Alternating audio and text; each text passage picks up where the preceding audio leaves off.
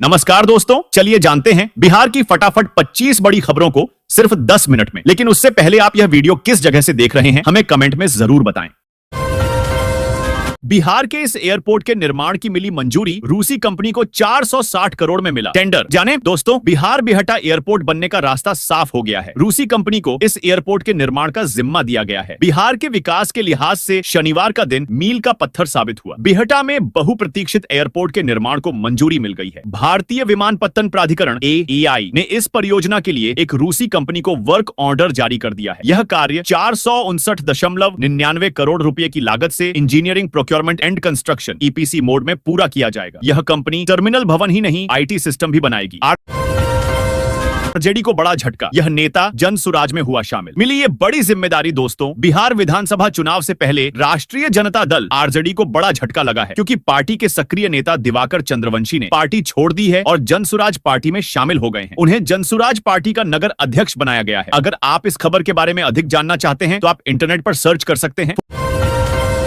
फुलवारी व बिहटा में no entry लगी तो ग्रामीण क्षेत्रों में जाम से परेशानी बढ़ी। दोस्तों, बिहटा चौराहा और फुलवारी शरीफ से अनीसाबाद बाईपास में 0 माइल तक नो एंट्री के कारण पटना औरंगाबाद NH 98 पर जाम लग रहा है। वहीं निर्माण कार्य के कारण गांधी सेतु व NH 30 पर जाम की समस्या जारी है। प्रतिनिधि फुलवारी शरीफ, बिहटा चौराहा व फुलवारी शरीफ से अनीसाबाद और बाईपास में 0 माइल तक नो एंट्री लगाने के चलते पटना औरंगाबाद NH 99 पर जाम की समस्या हो रही है। दरअसल इस मार्ग से गुजरने वाले ट्रकों व बड़े बड़े कंटेनरों को नौबतपुर, जानीपुर, सोन नहर रोड और NH 98 पर खड़ा कर दिया जा रहा है। इससे सड़क किनारे वाहनों की लंबी लंबी बिहार में 120 शहर होंगे चकाचक। 32,000 करोड़ रुपए आएगी लागत। जानिए आपके शहर में क्या बदलेगा दोस्तों। बिहार केंद्र सरकार की पूर्वोदय योजना के तहत इस राशि से सड़क, नाली, जलापूर्ति, जल निकासी, पार्क और अन्य सुविधाओं का विकास किया जाएगा। इसके तहत बिहार के 120 शहरों की सूरत बदलेगी। बिहार के 120 शहरी निकायों में बुनियादी ढांचे के विकास के लिए 32,000 करोड़ रुपए खर्च किए जाएंगे। केंद्र सरकार की पूर्वोदय योजना के तहत इस राशि से सड़क, नाली, जलापूर्ति, जल निकासी, पार्क और अन्य सुविधाओं का विकास किया जाएगा। नगर विकास विभाग ने इस योजना के तहत प्रस्ताव तैयार कर योजना एवं विकास विभाग को भेज दिया है, जो अन्य विभागों के प्रस्तावों के साथ हो गया बड़ा फैसला। बिहार में बनेगा एक और नया रेलवे स्टेशन। दोस्तों, अगर आप भी बिहार राज्य से हैं और आप भी ट्रेन में सफर हमेशा करते रहते हैं तो आप सभी लोगों के लिए बहुत ही बड़ी खुशखबरी की खबर निकल कर आ रहा है। ऐसे में आप सभी लोग इस खबर को अंत तक जरूर पढ़ते रहें ताकि आपको पूरी जानकारी विस्तार से पता चल सके। 422 करोड़ की लागत से पटना में बनेगा एलिवेटेड कॉरिडोर। जल्द पूरा होगा 2 लेन डबल डेकर का काम। दोस्तों, बिहार विजय कुमार सिन्हा ने बताया कि पुल के निर्माण से उत्तर बिहार का आवागमन सुगम होगा। इसके निर्माण में सड़क परिवहन एवं राजमार्ग मंत्री भारत सरकार नितिन गडकरी का पूरा सहयोग बिहार को प्राप्त हो रहा है। प्रधानमंत्री नरेंद्र मोदी और मुख्यमंत्री नीतीश कुमार के नेतृत्व में डबल इंजन की सरकार में सभी क्षेत्रों में विकसित बिहार का सपना साकार हो रहा है। अगर आप भी किए हुए हैं सरकारी जमीन पर कब्जा तो मिलेगा मालिकाना हक। जान लीजिए नियम। दोस्तों, आमतौर पर देखा जाता है कि गांव में रहने वाले लोग घर बनाकर रहने लगते हैं। जब समय बीत जाता है तो उनका कब्जा किया हुआ जमीन समझ लिया जाता है। ऐसे में अगर लंबे समय से पंचायती जमीन पर कब्जा या फिर मकान बनाकर रहने वाले लोगों को सरकार की तरफ से मालिकाना हक देने की बात कही गई है। इसके लिए एक निश्चित समय अभी भी तय किए गए हैं। पंचायती जमीन पर मालिकाना हक प्राप्त करने के लिए कब्जाधारियों के पास प्रॉपर्टी को बेचने का अधिकार भी होंगे। सभी खबर नीचे विस्तार से जानेंगे। काम की खबर, अब साईं टावर में नहीं होगा आधार से जुड़ा कोई भी काम। जानिए कहां होगा। आधार सेंटर का नया एड्रेस। दोस्तों, बिहार का आधार सेवा केंद्र अब ESP वर्मा रोड स्थित शाही लेन में शिफ्ट होगा। अब तक आधार सेवा केंद्र साईं टावर में चल रहा था, लेकिन अब मार्च के पहले सप्ताह से आधार संबंधित सारे काम ESP वर्मा रोड स्थित बिहार के लोगों के लिए यह काफी काम की खबर है। अब यदि आप भी अपने आधार कार्ड में किसी भी तरह का कोई अपडेट करवाना चाह रहे हैं तो आपके लिए यह जानकारी काफी काम की है। दरअसल राजधानी पटना में अब आधार से जुड़े किसी भी तरह के काम साईं टावर में नहीं किया जाएगा। जी हां, आपने बिल्कुल सही चीज पढ़ी है।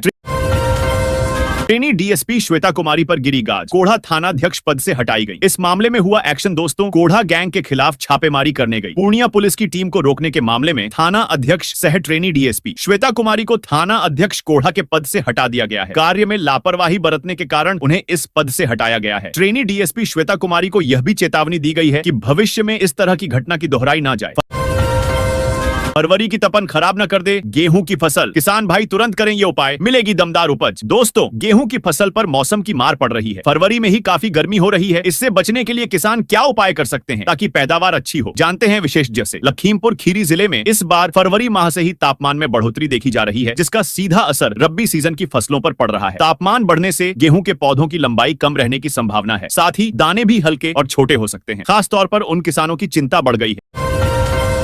पीएम आवास योजना +2 का सर्वे जारी, 31 मार्च तक जोड़े जाएंगे नाम। दोस्तों, सदर प्रखंड में पीएम आवास योजना +2 के तहत लाभुकों का भौतिक सत्यापन जारी है। अब तक ऑनलाइन सर्वे में 3583 योग्य लाभुकों की एंट्री हो चुकी है। सर्वे का कार्य अभी भी जारी है। सदर बीडीओ रविशंकर कुमार खुद रोजाना विभिन्न पंचायतों में जाकर भवनहीन लाभुकों का सर्वे कर रहे हैं। उन्होंने बताया कि 31 मार्च तक आवास योजना की सूची में नाम जोड़ने का काम चलेगा। वंचित लाभुकों को शामिल करने के लिए तेजी से काम हो रहा है। फरवरी से विधवा और दिव्यांग पेंशन में बड़े बदलाव, जाने क्या होगा नया। दोस्तों, भारत सरकार ने 2025 में विधवा और दिव्यांग पेंशन योजनाओं में कुछ महत्वपूर्ण बदलावों की घोषणा की है। इन बदलावों का उद्देश्य समाज के कमजोर वर्गों को अधिक सहायता प्रदान करना और उनकी आर्थिक स्थिति को सुधारना है। यह नई पेंशन योजना 17 फरवरी 2025 से लागू होगी। इस लेख में हम इन नए नियमों और उनके प्रभावों पर चर्चा करेंगे। बिहार के इन शहरों के बीच जल्द बनेगी रिंग रोड, इन शहरों के बीच सफर करने का समय घटेगा, जमीन के बढ़ेंगे भाव। दोस्तों, बिहार भारत में सड़क निर्माण तेजी से हो रहा है और इसी कड़ी में पटना रिंग रोड को लेकर एक अहम अपडेट सामने आया है। अब इस रिंग रोड को अन्य सड़कों से जोड़ा जा रहा है, जिससे प्रदेश के लोगों को बड़ी सहूलियत मिलेगी। खास तौर पर बिहार के निवासियों के लिए यह खबर राहत देने वाली है, क्योंकि इससे उनकी यात्रा और भी सुगम हो जाएगी।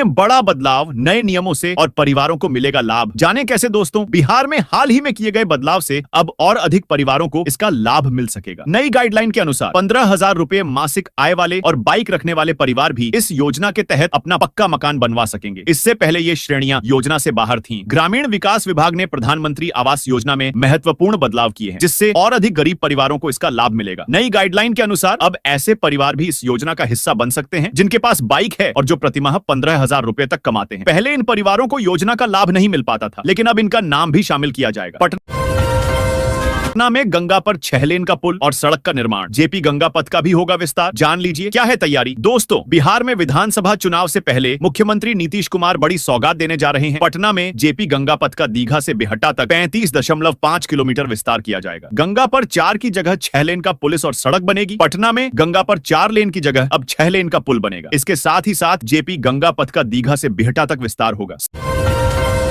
17 फरवरी को मुख्यमंत्री नीतीश कुमार प्रगति यात्रा के दौरान इसकी औपचारिक घोषणा कर सकते हैं। विभाग ने इसको लेकर तैयारियां शुरू कर दी हैं। बिहार वासियों के लिए बड़ी खुशखबरी, इस जगह पर बनेगा नया फ्लाईओवर। दोस्तों, पटना जिले में 17 फरवरी को मुख्यमंत्री की प्रगति यात्रा की तैयारियां जोरों पर हैं। इस दौरान विभिन्न विभागों की योजनाओं का उद्घाटन और नई योजनाओं का शिलान्यास किया जाएगा। पटना शहर के साथ ही ग्रामीण इलाकों में रहने वाले लोगों की सुविधाओं के लिए सौगात मिलने जा रही है। करीब 1350 करोड़ की योजनाओं की सौगात दी जाएगी। शहर में मल्टी मॉडल हब और मॉडल वेंडिंग जोन का उद्घाटन किया जाएगा। वहीं पटना एयरपोर्ट के नए टर्मिनल के खुलने से यात्रियों के बढ़ते ट्रैफिक दबाव को लेकर एयरपोर्ट के पास एलिवेटेड रोड के निर्माण की घोषणा की संभावना है।